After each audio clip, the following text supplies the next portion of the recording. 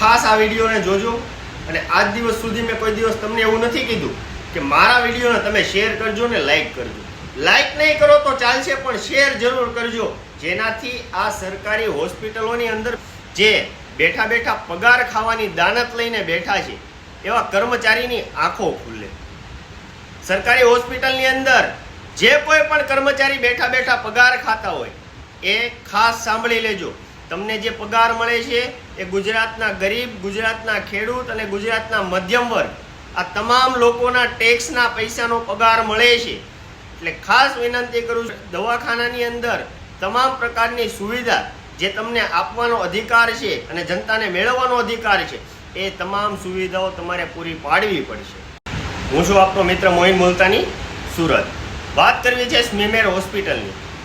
આજે હું સ્મીમેર હોસ્પિટલની મુલાકાત લઉં છું. આ મુલાકાતની અંદર મેં ઇમરજન્સી વોર્ડની અંદર આંટો માર્યો. હવે હું તમને જે વિડીયો બતાવવા જઈ રહ્યો છું એ સુરતના સ્મીમેર હોસ્પિટલનો ઇમરજન્સી વોર્ડ છે. જ્યાં તમે જોવો છો તો એટલી ગંદકી, જાણે હોસ્પિટલ નહીં પણ આ કચરાના ઢગલાની અંદર આવી ગયા હોય. આ વિડીયો તમે જે જોઈ રહ્યા છો આ એ વિડીયો છે જ્યાં સુરતનું સ્મીમેર હોસ્પિટલ કચરાની અંદર રોંગોળાઈ ગયું છે.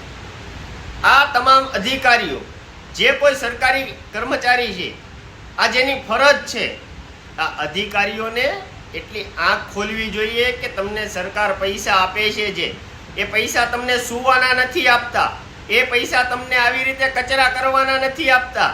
એ સરકાર તમને પગાર આપે છે તો માત્ર ને માત્ર જનતાની સુવિધા માટે આપે છે, જનતાના નોકર તરીકે કામ કરવા માટે આપે છે, જનતાના હક એને આપો એના માટે તમને પગાર આપે છે.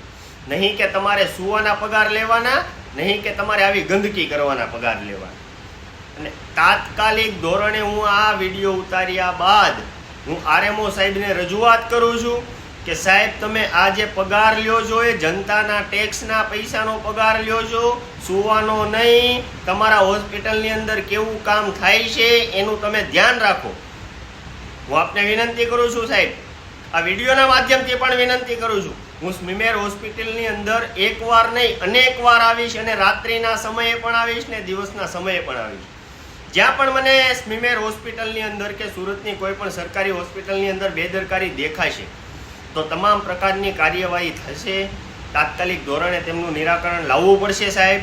આ જનતા જે તમને પગાર આપે છે એ હજી કહું છું કે તમારા પોતાના ખીચાનો પગાર નથી, આ જનતાના ટેક્સના પૈસાનો પગાર છે. સરકાર તમને જે પગાર ચૂકવે છે સુવાનો ચૂકવતી નથી, કામ કરવા માટે ચૂકવે છે.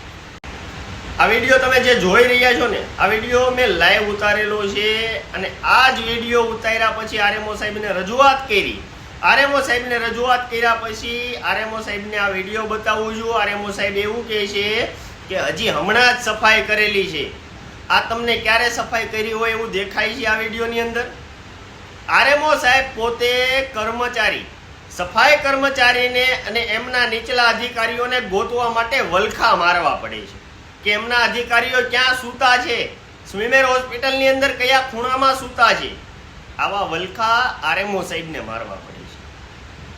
આ કેટલી હદે બેઠા બેઠા પગાર ખાવાની સિસ્ટમ થઈ ગઈ છે જે તમે જોઈ રહ્યા છો.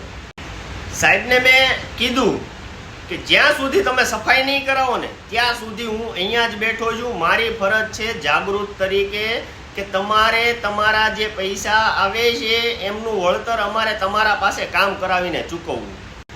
હવે તમે જોઈ રહ્યા છો ને આ અધિકારીઓ તાત્કાલિક ધોરણે સફાઈ માટે આવી ગયા છે. જોઈ લ્યો અને જુઓ કે એક જાગૃત નાગરિક તરીકે જો તમે તમારી ફરજ નિભાવો તો તમામ વસ્તુ પોસિબલ છે. આ વિડીયોની અંદર તમે જોઈ રહ્યા છો, મેં પહેલા પણ બતાવ્યો તમને વિડીયો જેની અંદર કચરો પડેલો હતો, ડોક્ટરના હાથના ગ્લવ્સ, ડોક્ટરના કાગળિયા કિંમતી, આ અનેક ફોર્મો રખડતા હતા.